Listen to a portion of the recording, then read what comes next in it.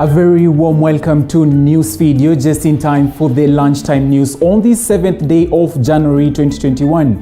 My name is Dennis Otieno and the program begins right now.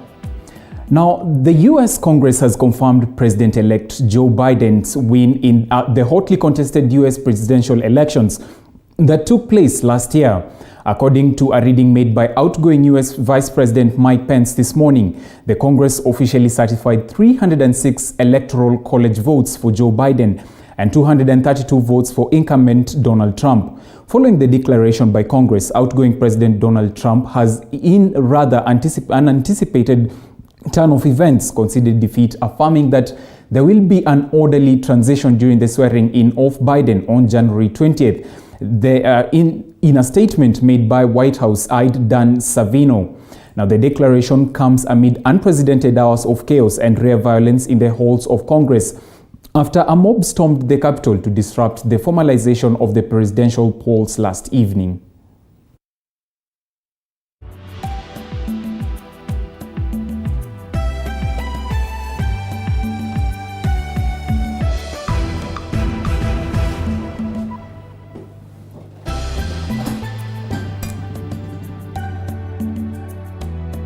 President Uhuru Kenyatta has outlined a 4-point agenda that Kenya will advance as the country settles into its non-permanent seat at the United Nations Security Council. The president, while attending a virtual meeting of the United Nations Security Council UNSC last evening, listed leveraging the knowledge and buy-in of stakeholders closest to crisis and supporting the Security Council. Now, he said Kenya will back measures aimed at strengthening the role of Africa in the multilateral systems as well as combating COVID-19. Will only be maintained if they are enabled to be strong enough to win control over their territories and provide public goods and services. The multilateral system, as embodied in the United Nations, will therefore need to help fragile states attain such capacity. The political processes that build peace and binding resolutions by this Council should include measurable state-strengthening elements. Mr. President, let me close with 4 proposals to building a multilateral system for our times. First, we must leverage on the knowledge and buy-in of stakeholders closest to the crisis. That means listening to, empowering national actors committed to building bipartisan and non-partisan political bridges to peace and security. This focus should dovetail with the Security Council prioritizing closer cooperation with mechanisms such as the African Union and the regional economic communities. Now to Laikipia, where more than 17 police reservists have ditched the service in Laikipia West constituency, citing lack of consistent pay in the last 7 months. This, according to the area residents, has made the area a playground for bandits who continue to terrorize the locals.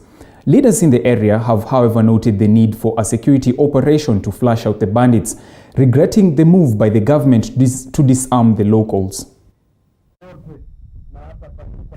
I don't know how it reached a process ya kuwapatia 5,000, lakini is the right direction. Previously, NPRs hawakuwa wanalipwa. Lakini askari hawa, vijana hawa wetu watafuata kwa sababu uliona kama huyu na huyo mwingine walijitolea, na hata ijapokuwa walikuwa na askari, ndio tunashukuru askari, lakini tunataka NPR ndio wataweza kusaidia hapa kwetu zaidi. Hao ndio wale sisi tungetaka. Saa hii withdraw, na nataka mjue namna hiyo, kwa sababu hiyo zili withdraw 17, wamebaki 20 na gapi? 24 wale ambao wanafanya mahesabu. Serikali haijasimamisha kufanya operation. We will do it. Ingawa imechelewa sababu ya financial constraints, but tunaomba kwamba the operation will continue and will ensure that we get hold of these bandits in our area. Na ujue wakati hizi bunduki zinalia, maaskari 50 wanafukuzagwa na majambazi 5 juu wakiingia katikati ya ng'ombe anafukuza tu askari wanatorokea kila kona. Kwani hapa tulikuja kinyume. Sasa tunakuuliza wewe Matiang'i, kuja wewe binafsi utujibu hii maneno. Kuna wakati Natembeya alikuwa amekuja hapa 18 akasema within 1 month kutakuwa na nini na amani hapa. Na kwa sasa within your 1 month sasa mambo ndio yaribika kabisa. Now, dairy farmers in Kwanza constituency have been called upon to embrace artificial insemination AI services to get highly productive animals that will guarantee them increased returns. Our reporter Boniface Baraza has the details. Sensitizing farmers at Kobos, Dr. George Kamau, an AI technician, said adopting AI is a sure way of generating more income and enhancing food security at household level. AI, artificial insemination, na hiyo inasaidia wakulima kupata ng'ombe ambao wanaweza kuongeza kiwango cha maziwa kutoka chini na kuenda juu.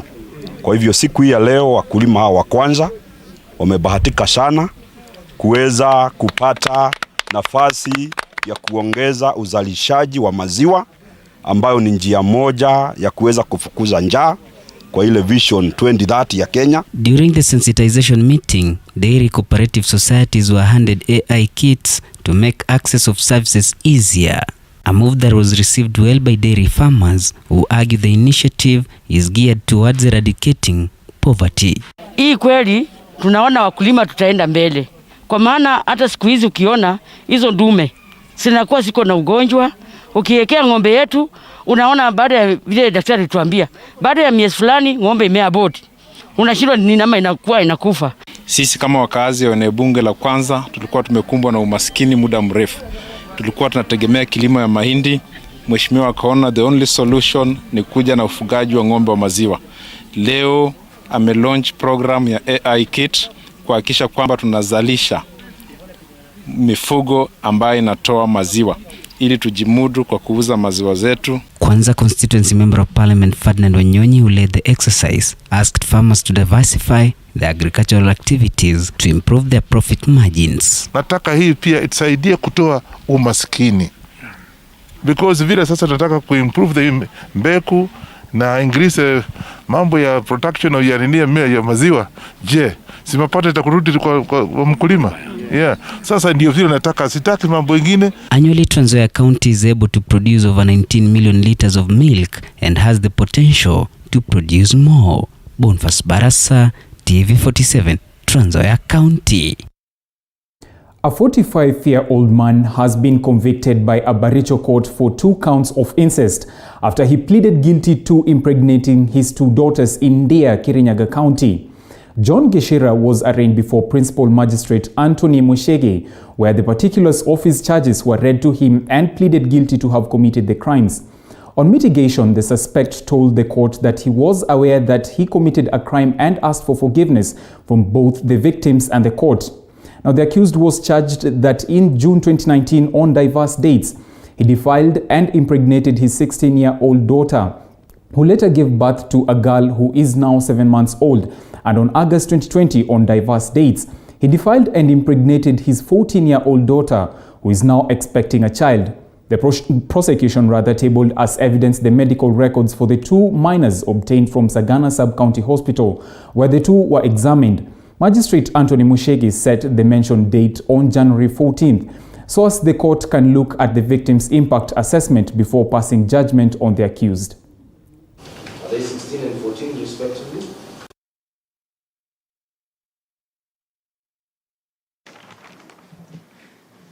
Yes, I have her baptism card to Zimbabwe. Kakamega Governor Wycliffe Oparanya has revealed plans to revive Mumias Sugar Company. Speaking during the signing of the MOU between the county government and Commodities Fund at the county headquarters, Oparanya noted that 3 investors have shown interest to invest in the company, which is currently facing financial challenges. Oparanya has also noted that the funds will be used for cane development by convincing cane farmers to grow cane on their farms, with hopes of the county pumping 300 million shillings in the program under Commodities Fund. He cited Sugar Bill, which is at the National Assembly, and sugar regulations as part of efforts that target to revive the ailing sugar sector in the country.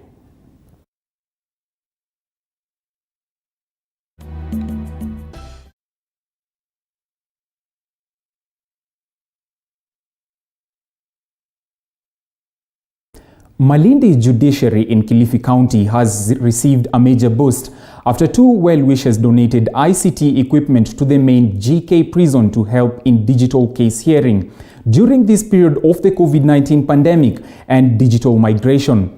The laptops were officially handed over to Malindi resident Judge Justice Ruben Nyakundi, together with Conrad Masinde, the Kilifi County Deputy Probation Director, and the Deputy Malindi GK Prison Boss, Peter Mbuthia, at the boardroom of the law courts. There have been challenges in handling cases since the COVID-19 pandemic began due to lack of the facilities, but the donation came at the right time when the judiciary was migrating to operate digitally and fully, and would go a long way in speeding up the dispensation of justice and enable courts to run smoothly.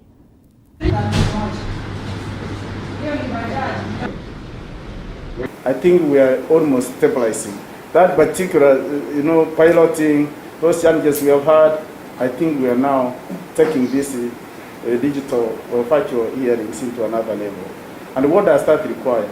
It requires really investment in terms of hardware and software. Because that is the only thing then which can make virtual hearings really have meaning to our people. As you know, because of the pandemic, COVID-19 pandemic, the courts have moved to a virtual hearings, whereby we conduct all our matters virtually. It is important to us because now the backlog that we've been having, being the only quarantine station in the North Coast, will be eased. Taking note of the fact that I have inmates who come all the way from Lamu, Garissa, Kilifi, Kaloleni, and being the quarantine center, all of them are brought here. So now this eases my job, because as the courts sit wherever they are,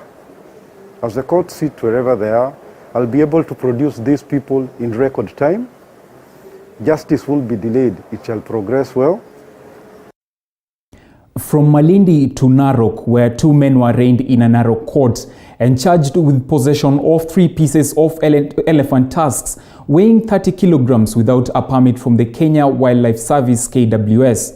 Simon Kipngeno and Laban Sibilai, jointly with others who didn't appear before the court, were allegedly found in possession of the game trophies in Narok West Sub-County on January 5th this year.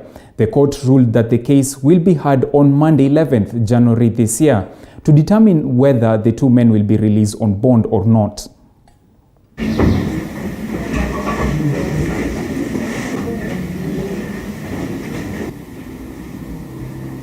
Mondays? 11th. Let us give them Monday, please. Okay. They have tomorrow and Friday.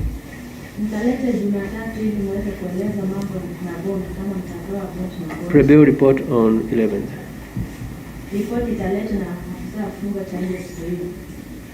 Remand them at GK Prison, Narok, please. In the meantime, you can take back your exhibits, please.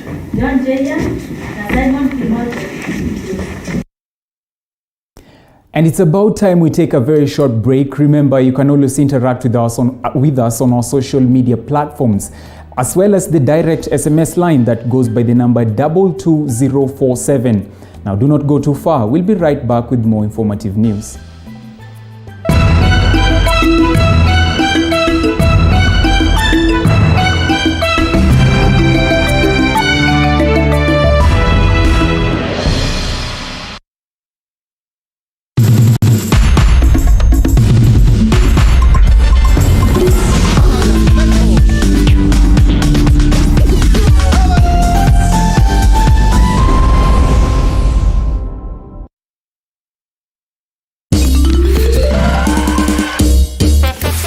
Sona Moja imetengenezwa kwa njia spesheli ili kupambana na maumivu kwa haraka.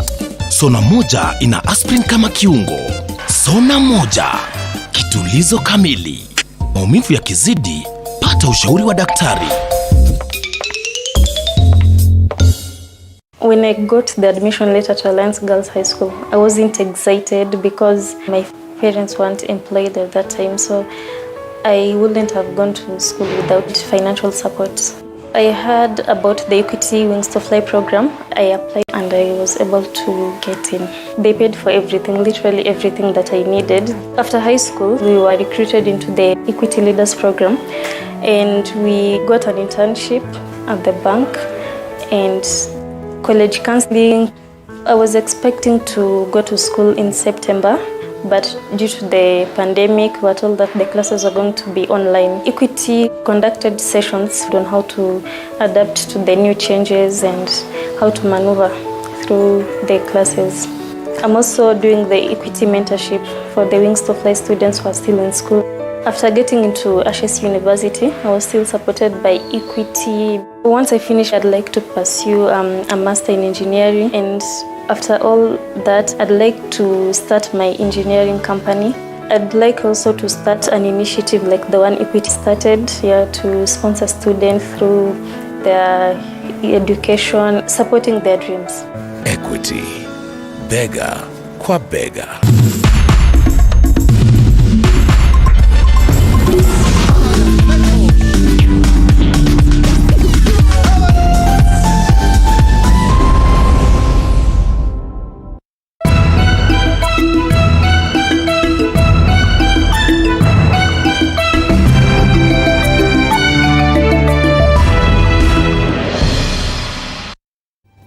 Welcome back. Thank you for staying with us. Now the program continues in Kilifi, where it was all smiles for the residents of Shimo-la-Tewa Ward, Kilifi County, as they received school bursaries and stipends to boost small business owners during these hard economic times of the coronavirus pandemic.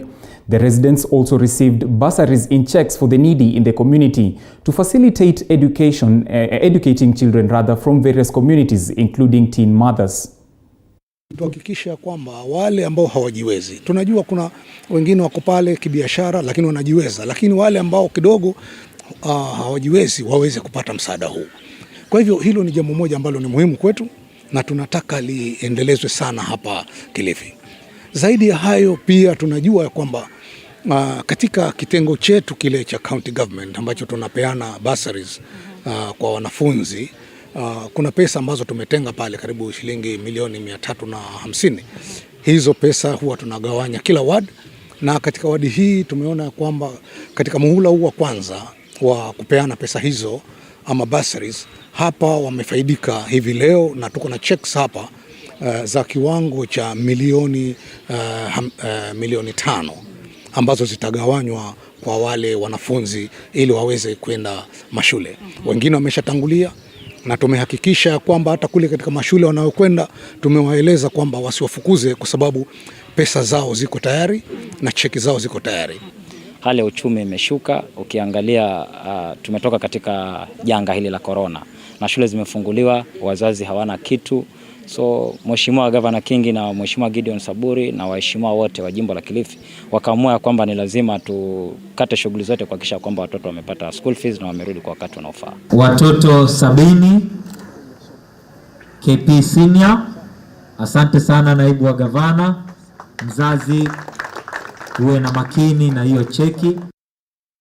The Kenya National Union of Teachers, NAT, will hold its general election starting from 9th January to 20th March 2021.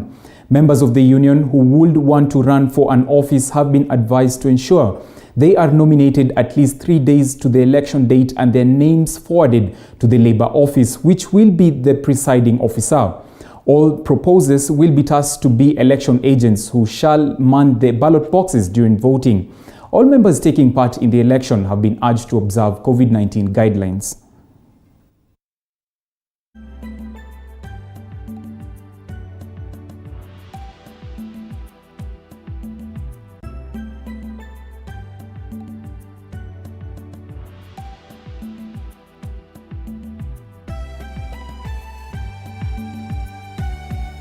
Residents at Huruma Flats in Mathare sub-county are grappling with foul smell after a road was turned into a dump site.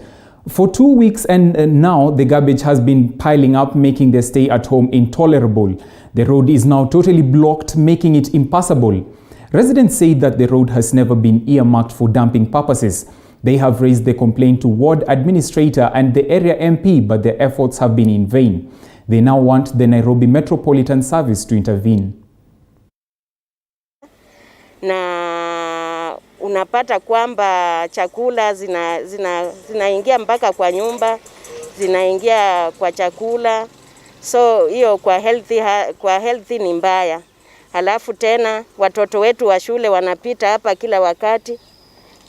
Saa zingine gari zikiwa zimepatana hapa, unaweza pata mtoto hana mahali ataenda. Kwa hivyo ni very risky. Hii county kuna NMS, kuna hii ya City Council, kuna hizi gari za NYS. Sasa hizo zote unashindwa wao wanafanya kazi gani? Si at least ingekuwa hata ni moja washirika na moja na ingekuwa ina operate. Ndio sasa ukisema kuna NMS wako na lori zao, haifanyi kazi, Kanjo hafanyi kazi, kama ni NYS wako, hata sasa takataka zikiokotwa. Hebu angalia saa hii barabara ni kubwa. Gari hata kupita moja inakuwa ni shida. Unapata